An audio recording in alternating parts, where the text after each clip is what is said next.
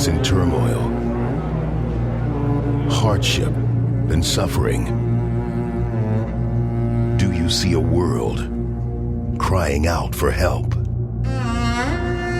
There are millions of people that believe these are signs that we are living in the final days. It is believed that our future is preordained and destined to suffer the fulfillment of ancient prophecies, plagued with war, poverty, and cataclysm that will reach every corner of the earth. But is it true? Join Ronnie Cohen in the Middle East to explore one of the most fought over and historic places on earth, the Land of Israel. Discover the origin of the people that occupy this land, an ancient bloodline whose history precedes the founding of the Egyptian Empire. The secrets of prophecy are revealed as it was passed down through generations, preserved and foretold to this very day. Go beyond the war on terror by understanding how ancient prophecy has dictated the culture and religious conflict that is rapidly reaching every nation on earth. A conflict that will plunge our world into ruin. Understand why millions believe that the terrifying events described within prophecy will soon be fulfilled. The beginning of the end begins with Israel in a land called Zion.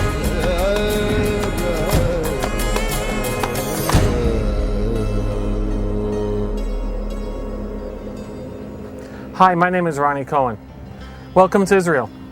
We will talk about the different aspects of history, the wars, the occupation by different peoples, how the land was occupied by foreigners, and that still the Jews had that dream of coming back to the land, to come back to the land of Zion. There's no people in the world that can claim a city to be theirs, a capital, for over 3,000 years. But the most important thing that I'm going to be talking about, the prophecies which are told in Scripture about what will happen.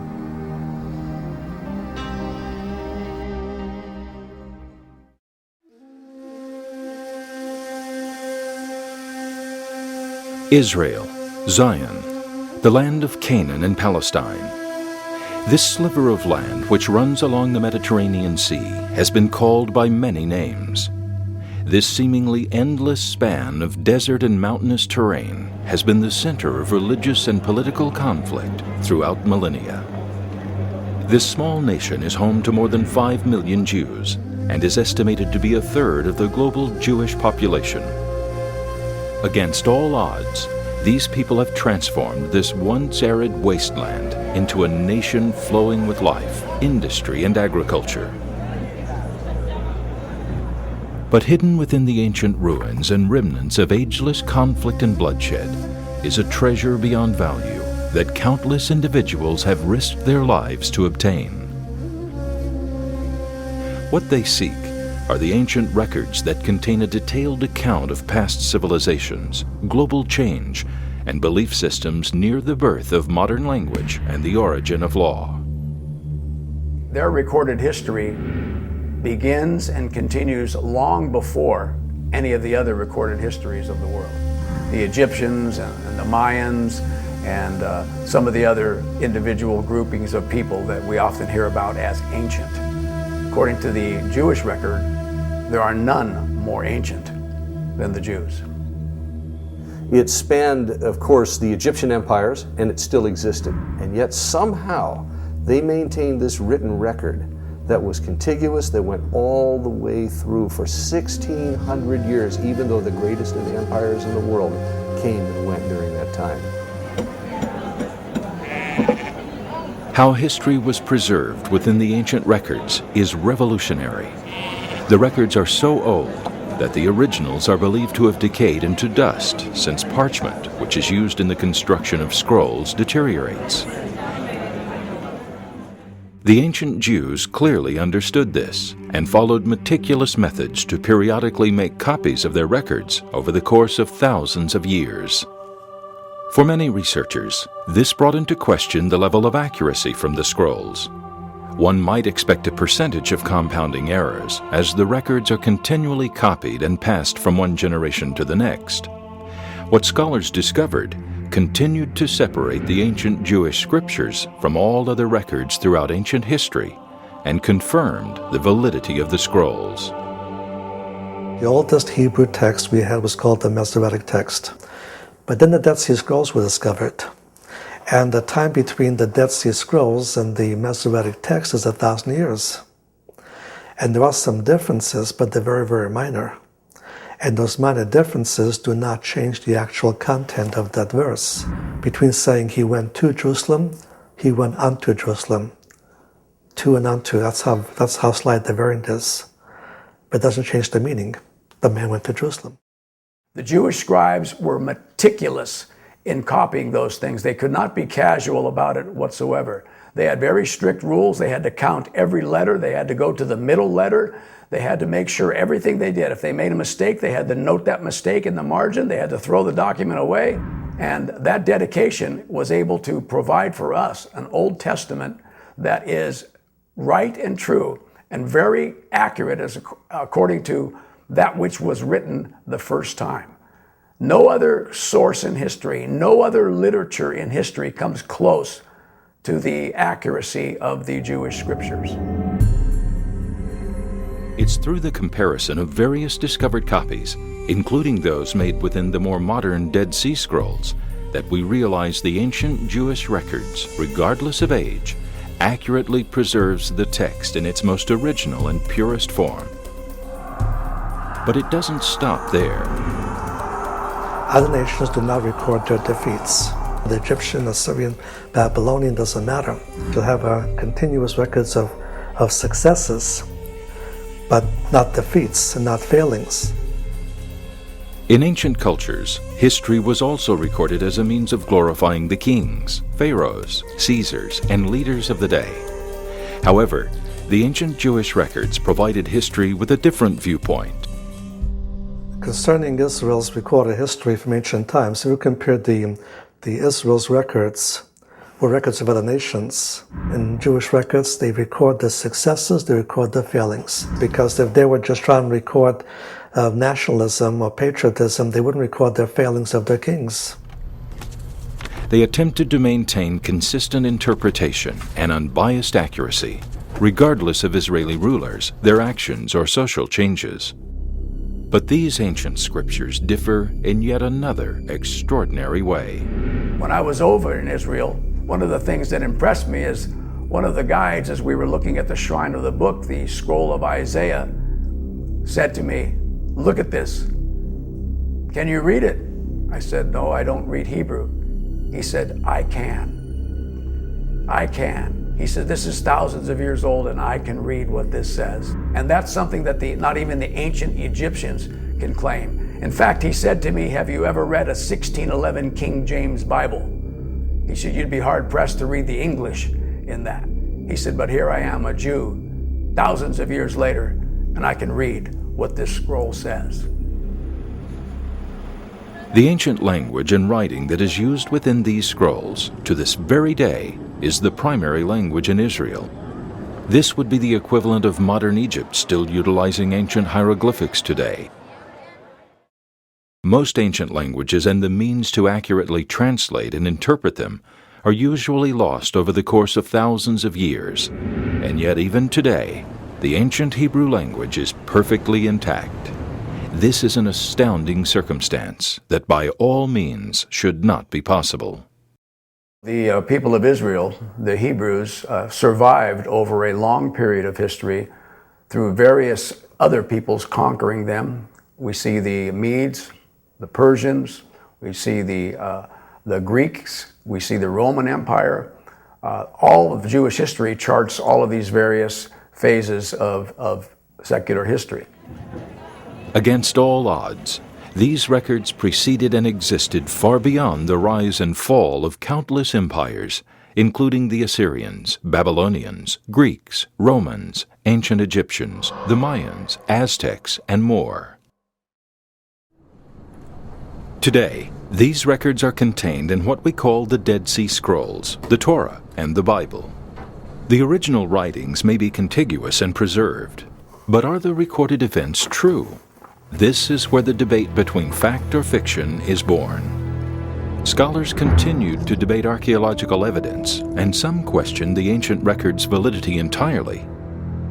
And much of archaeology is more of an art than a science.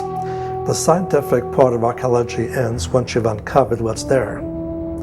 If you have an inscription that tells you what it is, you've got to guess what it is. And when you have two archaeologists looking at the same thing, very few come up with the same conclusion. One of the earliest events in question dates back almost 4,000 years, during a period when pharaohs ruled the world and pyramids graced the skies. Biblical records state that the ancient Jewish bloodline, also referred to as the Israelites, migrated to Egypt in 1875 BC. Later, a new pharaoh came into power and became fearful of the growing Israelite population, enslaving them by force.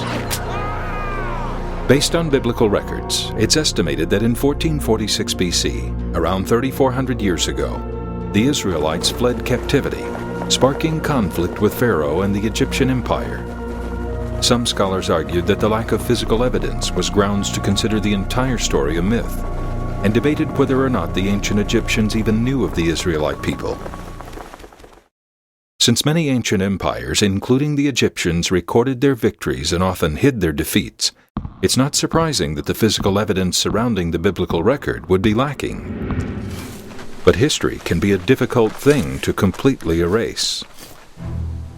The British archaeologist Flinders Petrie discovered an approximately 10-foot-tall black granite stone along the Nile, called the Merneptah Stela. This record was constructed 3,200 years ago to record the conflicts with the enemies of Egypt.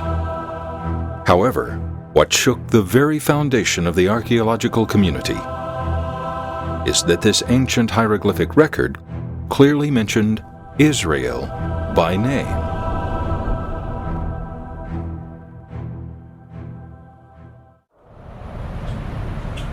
For the first time, there was indisputable non-biblical evidence that confirms Egypt's interaction with the ancient Jews.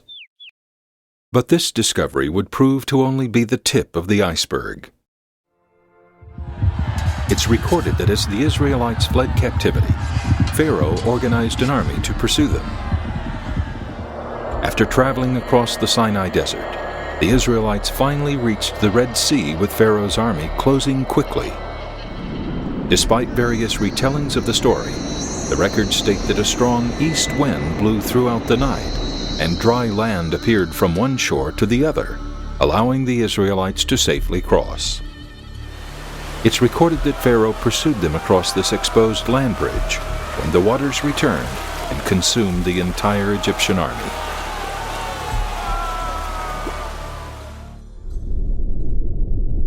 The Red Sea has depths up to 1 mile and is 221 miles across at its widest point, making it virtually impossible to cross with a large group of people.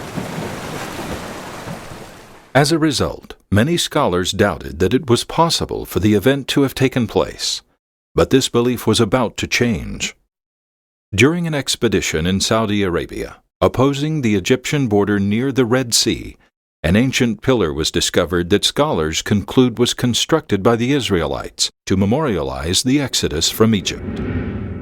Even with thousands of years of weathering, the Hebrew words Egypt, death, and Pharaoh can still be made out.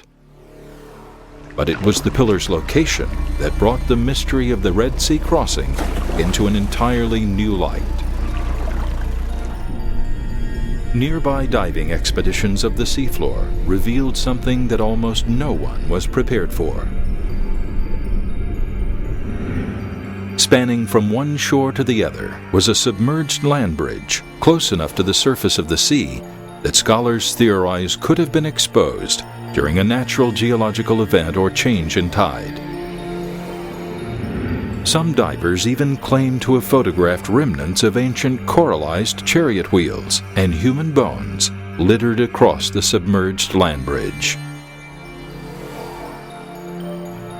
To understand the devastating effects that scholars are only now researching, we look to the tragic Indonesia tsunami of 2004. The world witnessed how shallow, rushing water claimed the lives of nearly 230,000 people in a matter of hours. Even if Pharaoh's army moved hastily over this exposed land bridge, it would still have taken them at least an hour to travel from one side to the other. With the similarities between the events, we clearly see how Pharaoh's army, likely being miles from shore, could not have survived. For some time, many critics have determined that that was just biblical folklore. But as time progresses, archaeology continually discovers more and more evidence that the Bible is right and the Bible is true. Stories including those of Sodom and Gomorrah. It was said these cities existed during a time of great immorality in the ancient world and were utterly destroyed by fire and brimstone.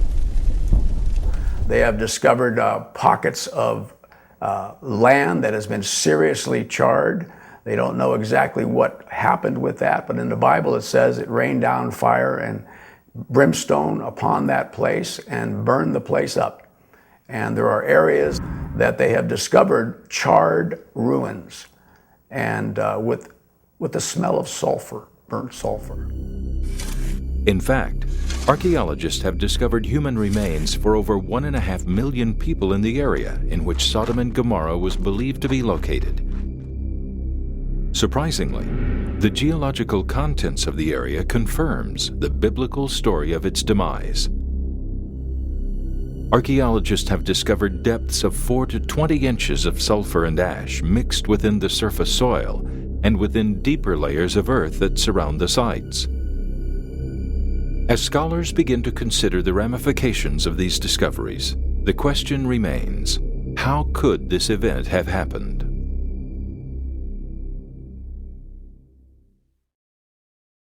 Parallel to these cities is a fault line where two large plates of earth are continually exerting great pressure. Combined with recently discovered underground sulfur pockets in the region, researchers are considering the possibility of how combining tectonic activity, along with highly ignitable natural deposits, could have indeed sparked the unprecedented explosion that brought an end to millions of people. First of all, if you look at the evidences for the written record as being from a broad scale, stand back with a big wide-angle lens. When something is described in the biblical written record, you can sink a shovel into the ground somewhere and dig it up. You'll find where it was because the written record is accurate. It's geographically accurate. It's even geologically accurate. Sometimes things will be explained about rocks or rock formations. Not in any scientific detail, but enough for you to know that it happened on the east side of the Jordan rather than the west side. The rocks on the east side of the Jordan, for instance, are black. They're white on the west side of the Jordan. Certain details as far as where certain things took place, suddenly an archaeologist digs something up. And you can physically see here the destruction of the temple. You can see how the walls were knocked down by the Romans. You can see how this bridge was destroyed and made In the fact, street collapse. well over 100 biblical stone that cities you and see over sites here, with tens of thousands of artifacts and tablets referring to individuals and kings, including ancient Israeli ruler King David, have been and continue to be discovered in many countries, including Jordan, Saudi Arabia, Egypt, Turkey, and Israel. An artifact that was found in the city of Dan, which is way up to the north. It used to be called Laish, which happens to have it's a plaque written in an ancient language that pronounces a curse on the house of David. But it predates the New Testament and the Hashmonean dynasty by centuries, as it goes way back towards the time of David. When they found that artifact, when the archaeologists who were beginning the restoration project on Tel Dan, the mound of the city of Dan, they accidentally ran across this thing, and when they pulled it out, they found the first written evidence of the name of David outside of the Bible itself. Up until then, of course, many people had said that it was all a legend, that David wasn't even a real person. He was a person of myth. As far as archaeological support for Old Testament history, actually quite a bit. You have the inscription found at Tel Dan that mentions the house of David. You have also the writings of the Assyrian that mentions the house of Omri. You have the Sumerian ostraca, which ostraca they found from the time that Samaria was the capital of the northern kingdom of Israel. You have the Gezer calendar from Tel Gezer, which tells you about each 2 months is a new thing growing, and so on. So you have a lot of Old Testament history verified by archaeological evidence. It seems there is no end to the evidence. Remnants for countless biblical events, including the burning peak of Mount Sinai, have been discovered and photographed by archaeologists, and to this very day contains charred earth and stones. The location that was recorded to provide the Israelites with water as the leader Moses struck a rock in the desert is also believed to have been discovered.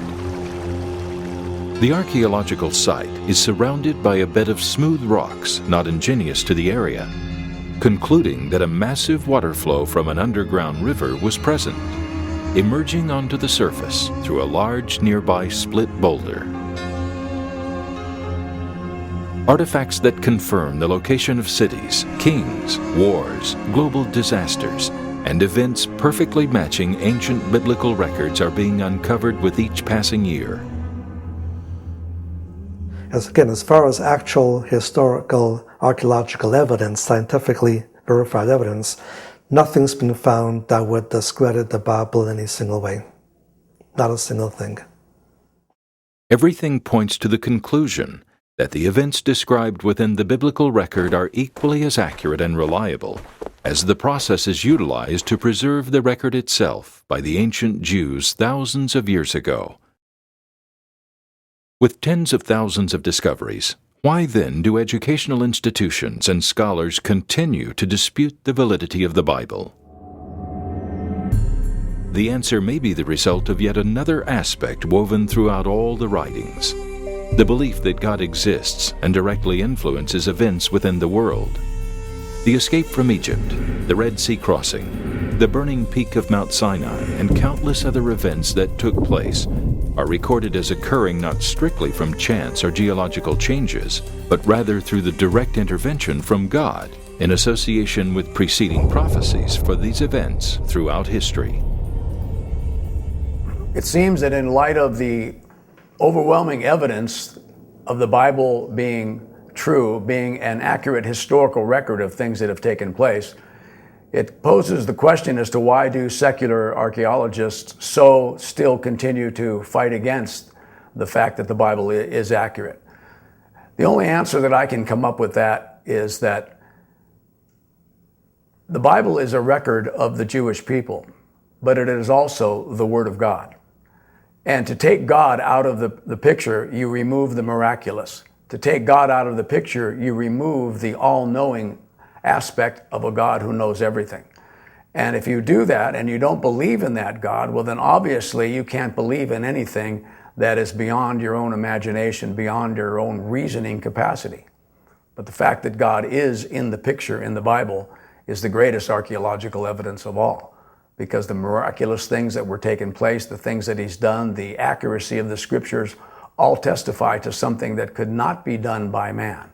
In fact, the timeline of the Scriptures being written over so many different authors over such a long period of time and all knit and woven together is a testimony not of just the Jewish historical record, but of the God they believed in. The existence of God and prophecy. That's what this conflict is really about. The fundamental reason why some scholars and educational institutes are adamantly resistant to discussing biblical history and archaeological findings in a literal and supportive manner. The attitude when I was set in the archaeology classes at university, if it's in the Bible, it can't be true. But that's where they're coming from. And so you got a lot of these attacks, but you got to realize where they're coming from. And they don't have the actual evidence, scientific evidence, archaeological scientific evidence that disproves anything in the Bible. What they have is certain theories that they want to prove.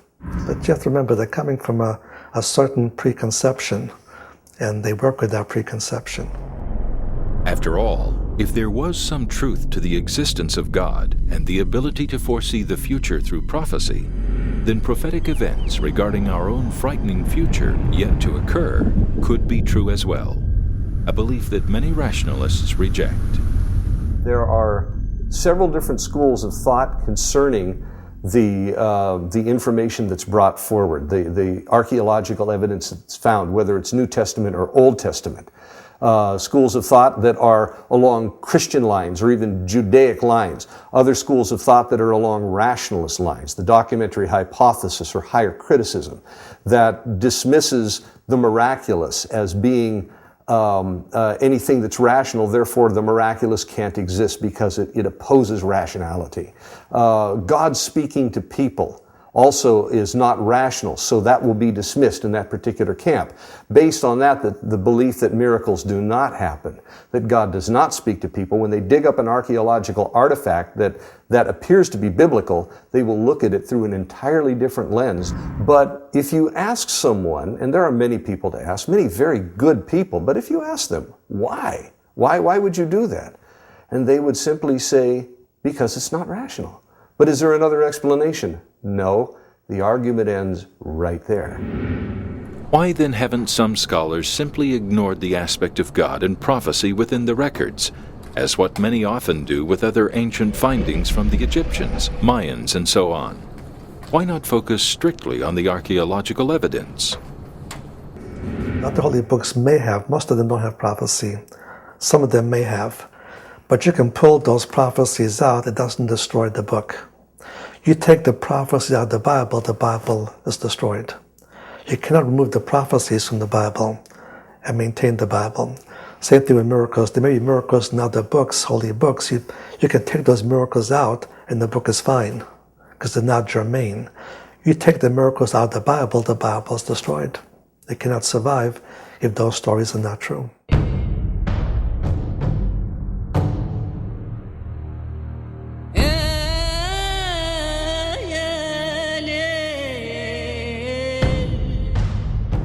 So, could the prophecies be true? It's undeniable that many prophetic records were sometimes written hundreds of years before a specific event. In these cases, even for skeptical scholars, it's difficult to deny that many of the prophetic fulfillments took place. But it's often argued that the fulfillments were the result of chance and not of God. Is it true? Could the fulfillment of biblical prophecy be the result of chance, as some claim? Or is there a truth presented within the ancient scriptures that could change our perception of reality forever? To understand the nature of prophecy, we must look to the land of Israel during a time that many might say is a period of prophetic writings and fulfillments unlike any other period in human history, during the time when Jesus Christ walked the earth.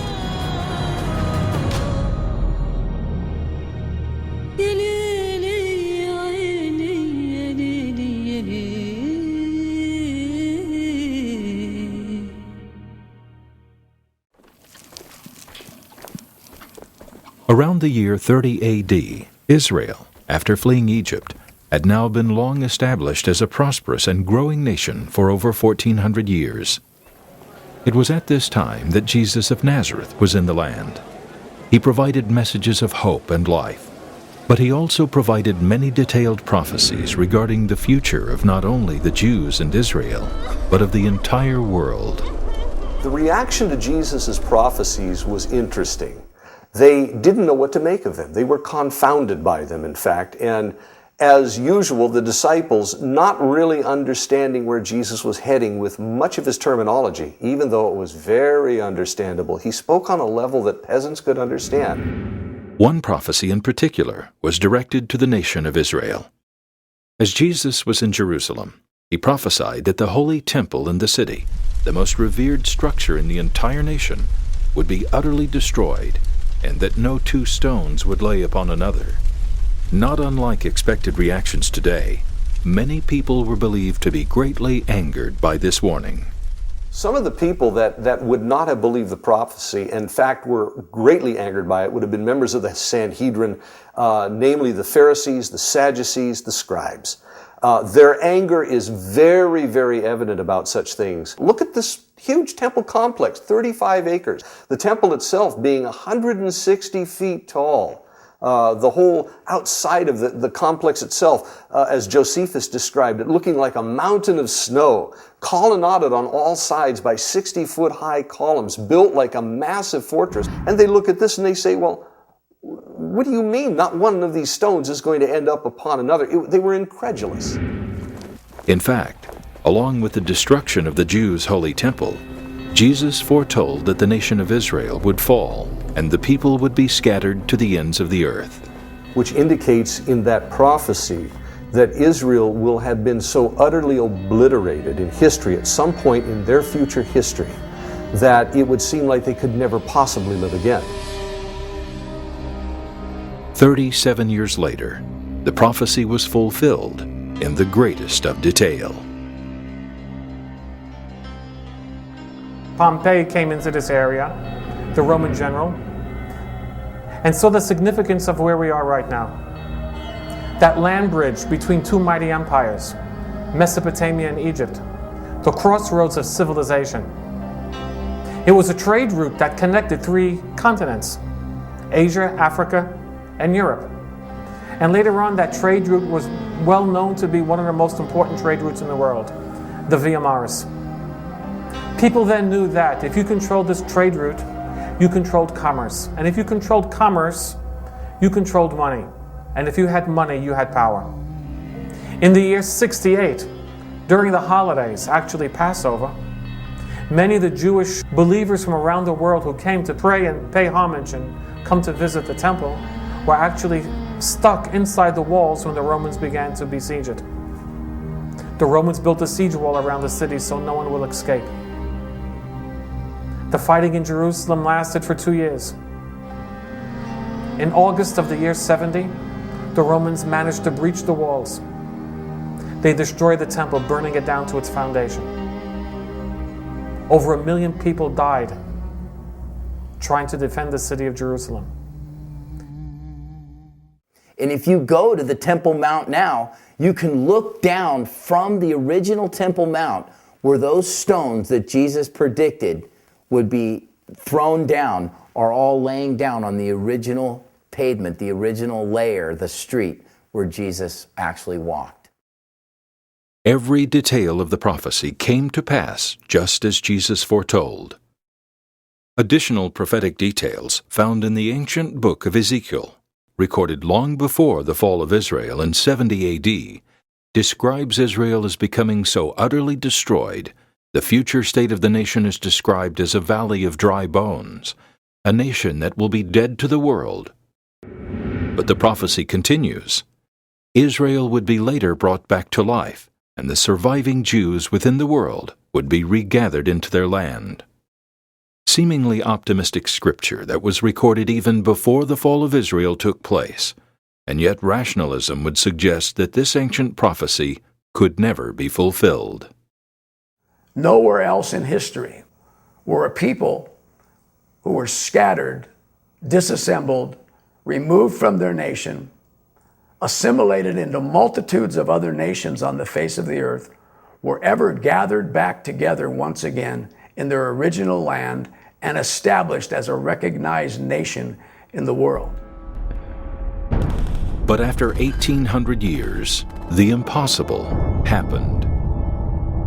On May 14, 1948, after the Holocaust and the end of World War II, the nation of Israel was reborn, and the Jewish people once again had a land to call home.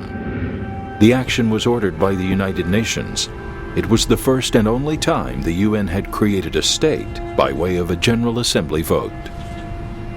Israel coming back as a nation, to me, is the most astonishing event in history. And there's a lot of astonishing events in history, but it's never happened before. It's never happened in the history of civilization that a nation could be completely dispersed and 1800 years later come back together as a nation with its original national identity. This has never happened in the history of the world. But the prophecy continued even further. Within multiple ancient books and scrolls written before the fall of Israel in 70 AD, it was foretold that Israel's rebirth would be followed by conflict and war with many surrounding nations. This time, however, it's written that Israel would not fall to those that seek destruction of the new nation. As the world witnessed the prophetic fulfillment through the rebirth of Israel on May 14, 1948, the following prophecy was fulfilled only a few hours later. On the evening of May 14th, 1948, the Jews declared their independence. 7 Arab nations attacked. In a matter of hours, Israel's first modern war had begun. Several Arab nations, including Egypt, Iraq, Jordan, Lebanon, and Syria, invaded. Israel survived. But the next attack would prove to be a different story. More support from the Arab world would mount to destroy Israel. In the early spring of 1967, it was evident that the Arab forces once again were determined to throw the Jews into the sea. Even Radio Damascus were making broadcasts in Hebrew, telling about how they're going to do this deed, to throw the Jews finally into the sea. The Egyptian forces were massing in the Sinai. The area which was now being controlled by the UN forces in the Gaza Strip were told to leave by the Egyptians, so they left. King Hussein was forming his artillery just over here on the Mount of Olives. The Egyptian Navy had already cut off the Straits of Tehran, stopping all shipping from Eilat going to the Far East, which in a way is an act of war, an act of piracy. The world did nothing. The Syrians were waiting upon the Golan Heights, still shooting down into the valleys, the town of Tiberias along the shores of the Sea of Galilee. The rumors of war are imminent. At any day now, a war was about to begin. Egyptian President Gamal Abdel Nasser was a key component for the invasion with a force of 1,000 tanks and 100,000 soldiers that were poised and ready to destroy Israel. They tried to wipe out the Jewish people. Because, see, if he could wipe out the Jewish people, then he would make God a liar, because God says in Ezekiel 36 that he would regather the people into the nation. And it says in Isaiah 66 that can a nation be born in a day? So he knew that this nation would revive. The bones, the dry bones would come back into the land and become fruitful again. Israel was surrounded on 3 sides by invading forces, which outnumbered and outgunned its own defenses. The attacks were relentless. However, through unprecedented events on every battlefront, the Arab invaders became disorganized and quickly began losing their strategic advantages. Within 6 days of fighting, the Israeli forces pushed out the Jordanian forces through Samaria, Judea, out of Jerusalem, and across the Jordan River. They pushed back the Egyptian forces, not just through the Sinai, but across the Suez Canal. And up here on top of the Golan Heights, they didn't just push back the Syrian forces from the crest of the Golan Heights, but they moved them back 15 miles to the east. But Israel did not fight a war to capture land. They fought a defensive war. Even by 1968, a year after the war was finished, they sent a message through the Arab League that was meeting in Khartoum in the Sudan, and they said to the Arab League, listen, we did not fight a war to take land. Let's exchange land for peace. But it's well documented that the Arab League refused to trade land for peace, and once again plans to destroy Israel commenced. In 1973, these same nations would make their most aggressive attempt yet to destroy Israel. But this time, they would strike on the Jews' most holy national day, Yom Kippur. The Yom Kippur War was so savage against Israel. The sneak attack, which was launched by both Syria and Egypt, attacking from the north and from the south and trying to split Israel in two and then again drive them into the sea, was it was savagely effective in wiping them out.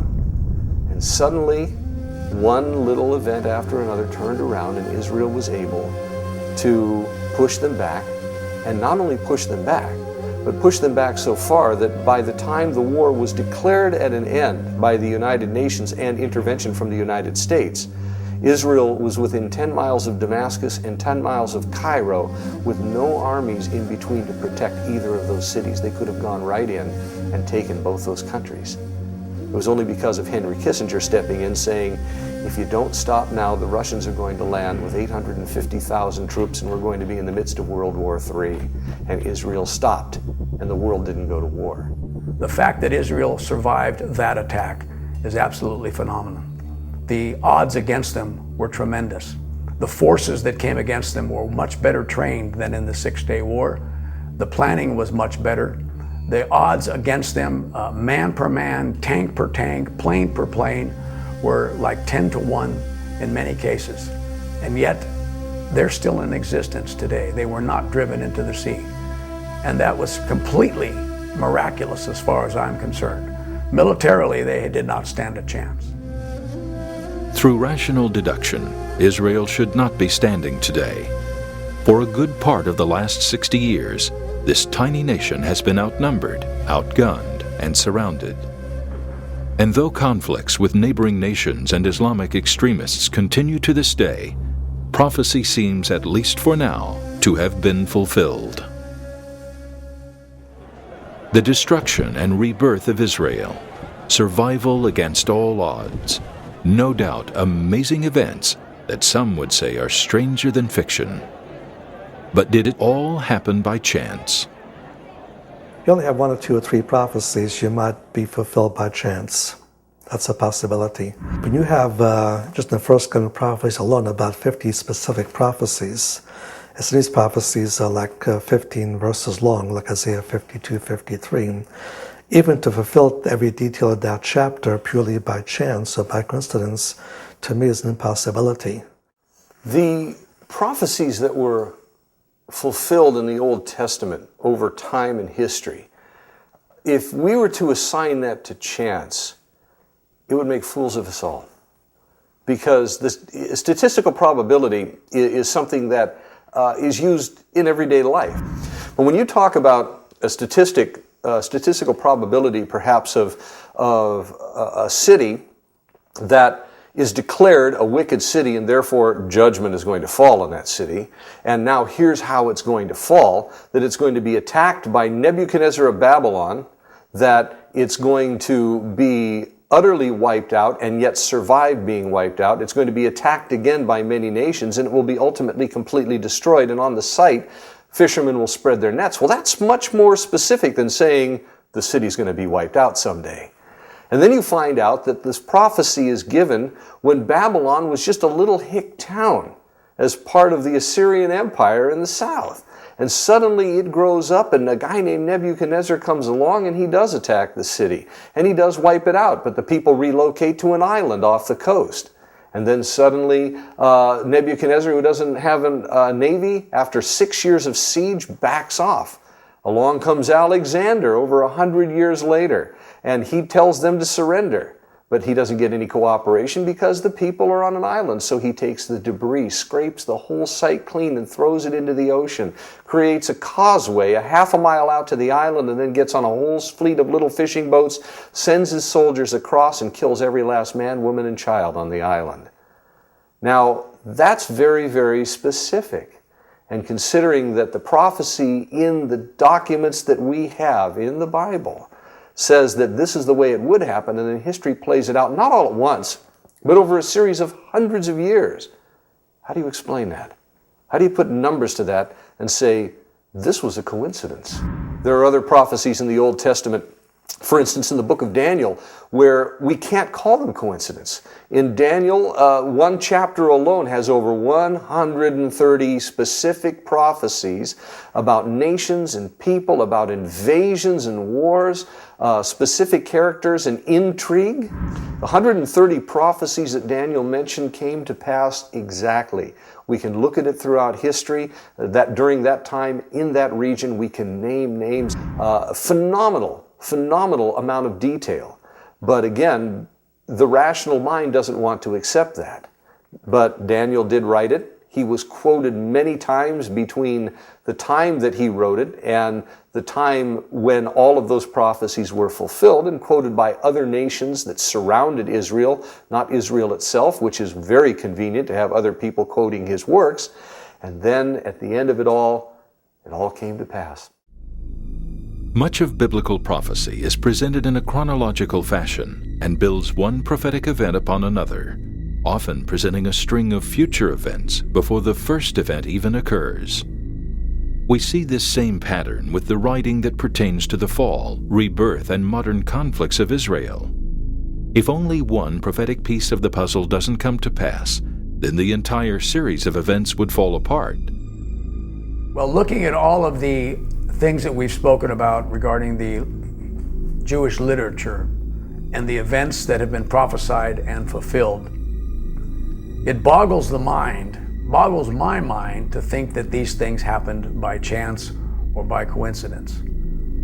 The fact that God would thousands of years ago pick a people, that these people would be scattered throughout the entire world for a couple of thousand years, and that these people would be back in a nation, that in and of itself is a phenomenal event. And the odds of that taking place are beyond reason. Today, it would be hard to imagine what our world might be like economically, politically, and religiously in only a few decades. And yet ancient prophecy has foretold detailed events extended thousands of years into the future with unprecedented accuracy. Regardless, some scholars continue to argue that these events are not prophecies inspired by God, but are rather the fulfillments of astronomical odds. Astronomical odds. The odds would be absolutely astronomical. When you look at the way these prophecies of the Bible come together, one on top of the other, you have only two alternatives. It's either to embrace the fact that they claim they are from God and it must be true, or that I can't believe that and I have to believe in absolutely improbable odds. Approximately 2,500 prophecies exist within the ancient scriptures, each chronologically built upon the previous. It is estimated that 2/3 of the scriptures have now come to pass. If the fulfillment of these foreseen changes and events were provided by a higher source, then it would suggest that the remaining 1/3 of the prophecies will also come to pass. The remaining records take place during a period called the Last Days, a time foretold by Jesus Christ and recorded by over a dozen authors within the ancient scriptures. It's a time that dictates monumental change, involving every nation throughout the world.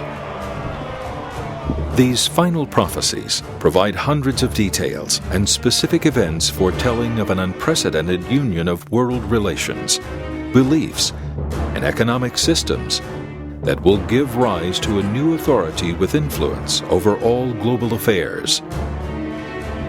But as soon as the world achieves this new union and declares peace and safety, mankind will be on the brink of war and unprecedented destruction that is foretold to end 2/3 of the global population.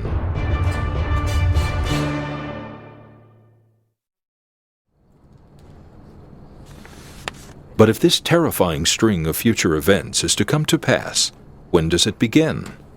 Or has it already? According to the ancient prophetic timeline, it was foretold that the rebirth of Israel, witnessed by the world only 6 decades ago, would mark the beginning of the end, and all remaining prophecy would come to pass within a generation. As a result, hundreds of millions of people around the world believe our generation will now witness the conclusion of prophecy. Could they be right? Has the groundwork for a globally united world described within the scriptures already begun? The Bible clearly teaches there'll someday be a global unity, eventually a one world government, a one world empire, a one world economy, a one world religion. All of these would be unified into a one world system. If these prophecies are true, there'll be radical changes, much more radical than the world has ever experienced before. You have the predictions that the world will move towards a globalized government. it doesn't mean that the world will be one specific kingdom, but one homogeneous kingdom, a kingdom made up of all kinds of nations that cooperate together. As the scriptures portray, the last days will not bring in a new single global nation as many imagine, but rather a new homogeneous world with superseding global authorities and laws, an unprecedented ideology that has already begun. The world certainly seems to be headed towards globalization. The various different countries and groups and personalities seem to be working to come together in some way, shape, or form. We have whole sections of the earth that are now being united. We've seen what has happened in the European Union, the joining of the nations over there into one group. They do have someone who exercises authority. They have a court system that crosses over into the various countries and overrules and has superior authority over the various countries, something I never thought I'd ever see in my lifetime. 27 of some of the world's most influential countries, including Germany, France, and Spain, are now part of what the world recognizes as the European Union. Rather than being defined as a new single nation, these governments rather act as one and have maintained their borders, individual identities, and languages. What makes this union such an unprecedented change in political relations was the birth of a new authority, court system, and shared financial system that supersedes each individual nation. A concept that only a generation ago was unimaginable. But why is this trend in globalization occurring? Prophecy foretells that this new world will not be one enforced upon the people, but rather it would be demanded by them. Prophecies foretell that the world will believe this is the solution to establish peace and harmony. We see these things beginning to take place. And the book of Revelation in chapter 13 lays out that these things would take place in the end times. So what we're seeing is the preparation for these things. Politically, the world is starting to agree we need to become one. We need to be united. It'll solve all of our problems. However, according to the scriptures, this globalization will not solve the world's problems. The early stages of globalization has been creating a world in which nations and cultures can no longer ignore one another, and that in itself has helped to create an environment of increased conflict between fundamental ideologies and belief systems. Prophecy clearly states that during this early period of globalization, there will be widespread wars and rumors of war, and that peace will be removed from the earth. Much of what this prophecy foretells can be seen within the radical conflicts that have evolved into global terrorism and the constant threat of attack. It is a modern issue that now affects nearly every region on Earth. In order for there to have, or there to be political unity on the face of the earth, one of the things that divides from a world's perspective is the fact that there are so many religions on the face of the earth. Even within Christianity, we see multiple divisions from different types of Christianity. If there was going to be one political system, that system must find some way of uniting those various religions. There has to be an attitude of acceptance and tolerance and finding common ground in all of the religions that everybody could basically ascribe to, and then they could form that one world religion and they would be able to promote the unity politically that they want. The terrorism that we see that is based in religious ideology today would prevent any type of political unity in the world. Something has to take place where the ideologies have to come into one frame of mind. If we look at the terrorism that is in the world today, it is fracturing the world. It is threatening various bases of political authority. And until that is dealt with, you will never have political unity, because the ideologies religiously of the people take precedent over their political aspects and their persuasions. So, from the world's perspective, the solution to terrorism is to unite the religions. If they could unite the religions on common ground, then the terrorists are eliminated. Today, a majority of the world's leaders seem to agree, in order to have true political peace, we must unite the world's cultures and in effect find commonality among the world's fundamental belief systems. We see today many, even within the church, those who profess to be Christians, we see many different kinds of denominations now wanting to be together with other kinds of religions in the world. We see the Catholic Church trying to unite many different kinds of religions and having a common prayer service together. And so we see many of the religions of the world trying to get along. We call it the ecumenical community. And that's just part of what the Bible says that will be coming in the last days. Just as prophecy foretells, during the last days, we see this rapidly progressing into a commonality that is being accepted across the globe. It is an unprecedented belief that many paths can lead to God through the elimination of an absolute truth. On a global scale, there's a new way of thinking about religion. It's a relativistic way, if I could use a kind of an intimidating word, of looking at people's belief system.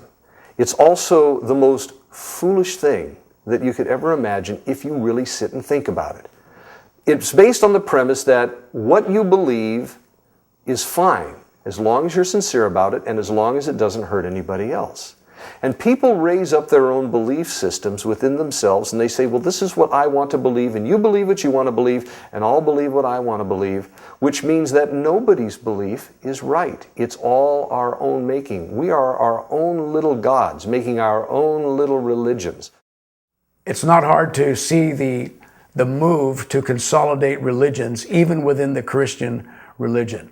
There are many factions of Christianity that have become extremely tolerant of other views, to embrace other thoughts, other religions, to bring in Eastern ideas and even some occult ideas into the church, and that there are many, many ways to get to God. The notion that it all comes down to personal choice is really opening the door for acceptance of basically anything or any type of religious thought at all. By accepting them all, they embrace none, and so consequently there will be a uniting in the sense that no one is against anyone, or no one is truth. There is no absolute. But if the result is peace, and that everyone appears content, then what's the problem? If everybody's happy with this one world religion, what could possibly be wrong with it? It's not based on truth. First of all, it's not true. If every man believes what he wants to believe, he cannot call it truth, because when he dies, his truth dies with him. That means it was never true in the first place. He was his own god of his own false religion. Regardless of one's belief system, it can hardly be argued that the modern consolidation of beliefs is occurring on an unprecedented scale. And yet, all of this is simply another piece to the prophetic timeline that is rapidly leading to the emergence of a new world. The move towards global unity is vastly believed by the world to bring about a new age of peace and security, the cornerstones for protecting our modern way of life. But what is the real purpose to it all? Is it really to bring about global equality or establish peace? Or does it really come down to what's most important to the people of this world? Money. When it comes down to it, everything is controlled and revolves around the world's financial systems. Food, medical care, transportation, shelter, technological advancement and entertainment. A collapse in these systems would result in the loss of the quality of life so many have become accustomed to. But the foundation and the financial structures of the world have been cracking for quite some time, and nations are beginning to take notice. The final piece, laying the groundwork for the prophetic globalization puzzle, is financial unification. Just as the world has been unionizing politically and religiously, it is inevitable that the world will eventually be unified through a single world currency. Where it would be much easier to come in, and if there's a collapse happening in a confederacy of nations, then someone can come in and say, hey, we can help you out. Given the circumstances of the world today, this may be the only solution to prevent events such as the U.S. housing crash of October 2008 that quickly affected nearly every industry on Earth, triggering a global recession and damaging some of the world's most dominant currencies. We have begun to realize just how intertwined and fragile our global financial systems truly are. As long as we live under the current economic structure, the world lives under the threat of future global economic depression or even collapse. The move towards global financial control is already happening in various areas. In the European Union, as they've established a one currency between the nations, I've seen this in my lifetime. I was over in Germany in the military, for 18 months, and there was the mark. In France, there was the franc. Various countries, they had their individual currencies. Now that has happened there. If you would have told me that 40 years ago, I'd have said, you're crazy. It's never going to take place. But we have seen regional globalization of finances. What currency we will end up with, I truly do not know. But it may be the euro.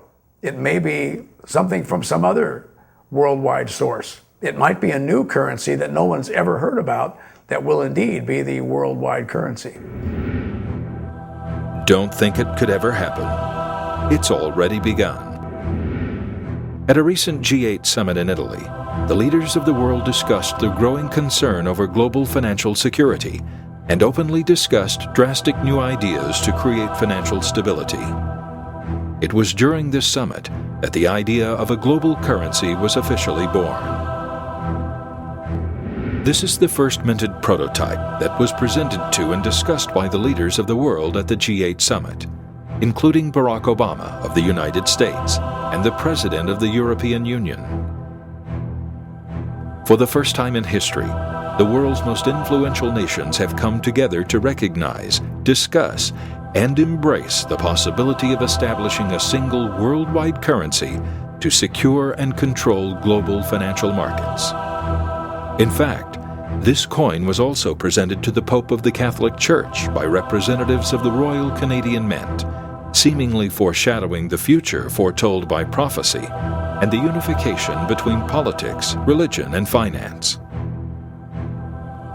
The world is rapidly becoming more accepting of this new global ideology like never before. In theory, global financial control should result in global financial security. So the illusion is that global financial control will give global financial stability. But I don't believe that is the case, because once that takes place, you have a central control, and you will be able to, that central control will be able to manipulate the finances of the entire world. And I don't believe that there's anybody on the face of the earth who can do that with a pure heart, with good intentions, and without greed factoring in, because those things have been part of mankind for a very, very long time. This is not to say that the currency presented at the G8 summit will by any means become the new worldwide currency. However, the event presents an unprecedented shift in global thinking among world leaders and financial institutions. The remaining prophecies within the scriptures are specific in regards to the state of the world in the last days. Prophecy doesn't simply foretell of political, religious, and financial changes over time, but that it would be the simultaneous convergence of all scenarios that would clearly mark the beginning of the end. The convergence of the events prophesied would create a global scenario that has never existed before. When you consider that thousands of years ago, the condition, the state that the world would be in, that we can see today, the globalization of nations, the push towards a one religion, the need, it seems now, for a single economy through the world. All of these things were prophesied in the scriptures. And the odds of those things taking place over time, over multiple nations, over many different historical events, I don't even think can be calculated. According to the prophetic timeline, man indeed believes that globalization is the solution to our problems. With the political, religious, and financial fronts united in the future, the world no longer segregated by culture or borders will be primed to embrace the rise of a new world authority. It's written that the newly found unions of the world will not only welcome this new authority, they will demand it. There will be a one world leader. It doesn't necessarily mean king of the world, but somebody who comes along who is able to capture the world's attention and hold it. A person who is so charismatic that people will say, we don't care what his agenda is, we just like him, we will follow him. He will make proposals and make political alliances that today we think are impossible. At first, he's coming because the people in the world want him to come. They want things to change. They want a better economy. Throughout the scriptures, this man is referred to by more than 20 names, but there's one name in particular that you may recognize him by the most. And that one person the Bible speaks about is called the Antichrist. But when we say Antichrist, of course, Hollywood has really latched onto this. They love to depict him in movies like The Omen or End of Days or something like that. And yet, as you read about this person in the Bible, is someone who will be so charismatic that he will captivate the world. They will call him the greatest leader that has ever lived. I think believers who understand Bible prophecy might recognize him as he's rising to power, but the unbelieving world probably won't. They'll probably see him as a savior. In fact, prophecy speaks of new peace treaties established by this man with Israel and other nations of the world. Though there will be peace, it will be only for a short time. But according to prophecy, when the world finally announces peace and safety, sudden destruction will be upon us. It's foretold that Israel will then reject the global union. The New World Authority, influenced by the Antichrist, will quickly turn hostile towards Israel.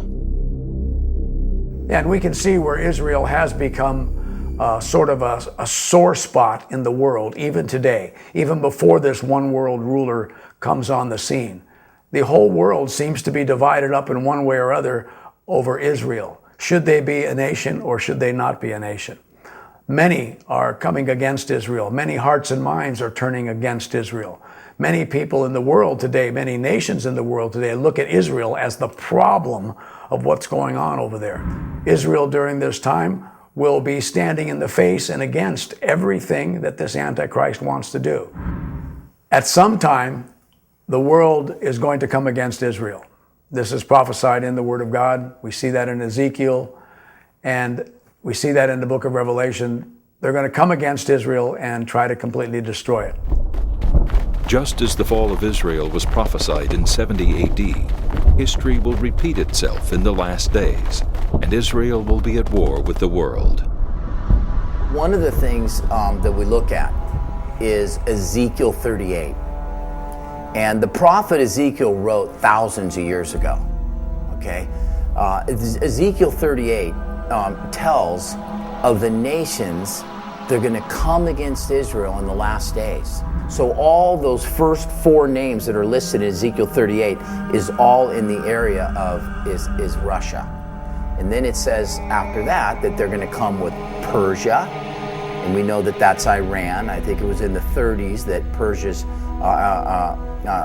name was changed to Iran. Their government has been switched to a radical Islamic terrorist government who is calling for the destruction of Israel. And then Libya. We haven't heard from Libya for 25 years. He's been silent until just recently, over the last year, they signed billions of dollars arms agreement with Russia. once again, this will be a war for Israel's very existence. But this is a war they cannot win. The forces of the north will come down along with other forces in the region, and they will come against Israel.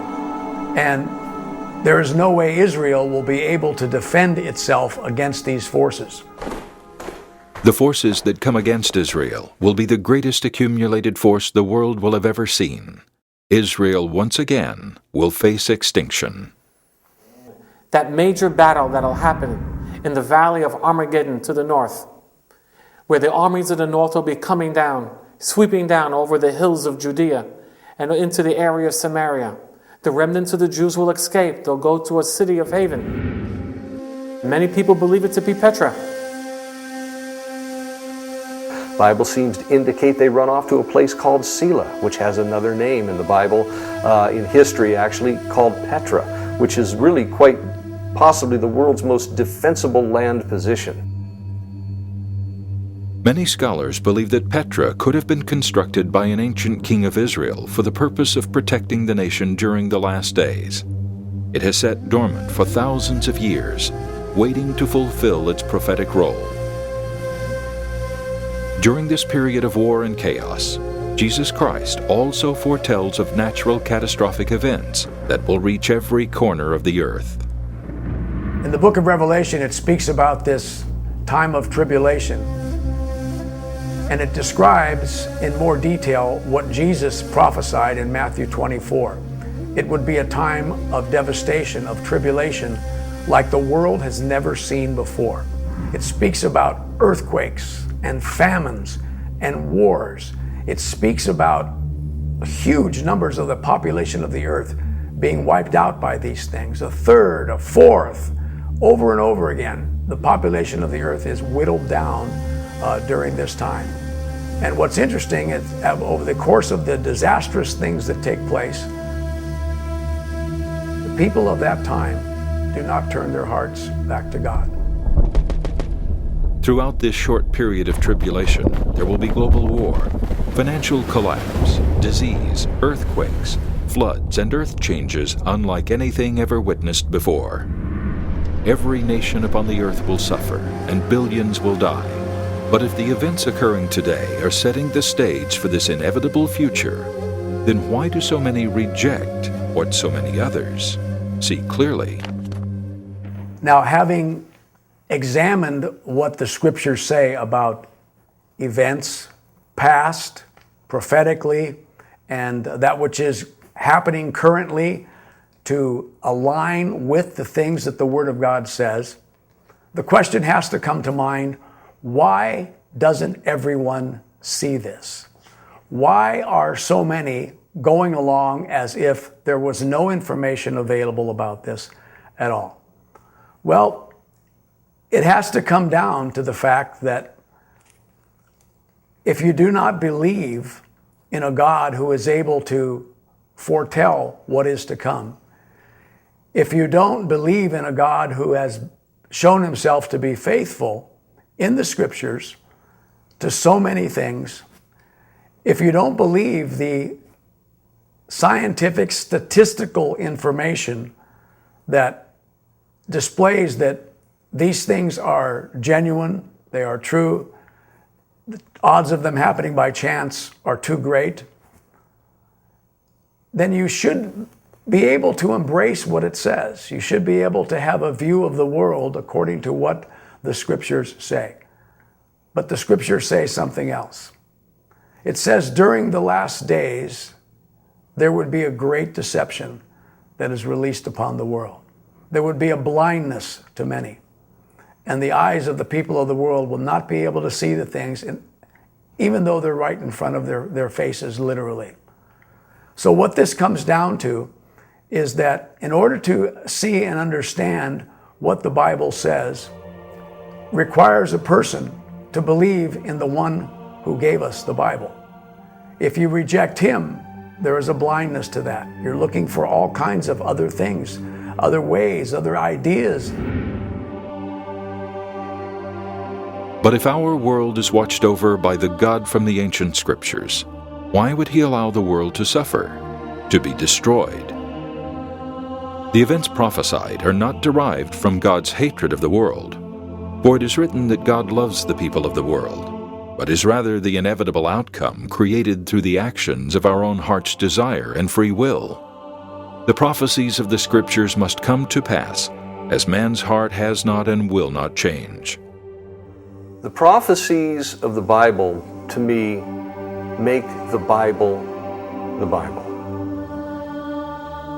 So much of the Bible is prophetic, and so much of those prophecies are regarding the future. So many of them were made so long ago and have come to pass in the finest detail.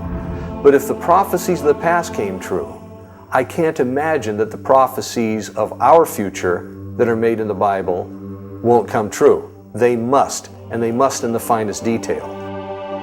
If the prophecies of the Bible are not from a divine source, then the remaining events foretold in the Scriptures will never come to pass, and our world will progress to one of an infinite number of unpredictable futures. But if the world remains on the path to prophetic fulfillment, it means that the source of the Scriptures are indeed divine, and Jesus Christ is who He claimed to be. Then His promise woven throughout the ancient Scriptures is true, the promise of eternal life for those that follow Him. So having discussed all of these various prophecies and the veracity of the Word of God and the statistics and the things that are to come, it still comes down to a choice that each and every person is going to have to make. Now, in order to make that choice, you can believe what you hear, or you can seek for yourself. If you really want to know what is true, you can seek it and the Lord will reveal it to you. Your time within this world is passing away, and every day you are making a choice to seek the truth or reject it, a choice to pursue eternal life, or the choice to pass away with the world you love so much.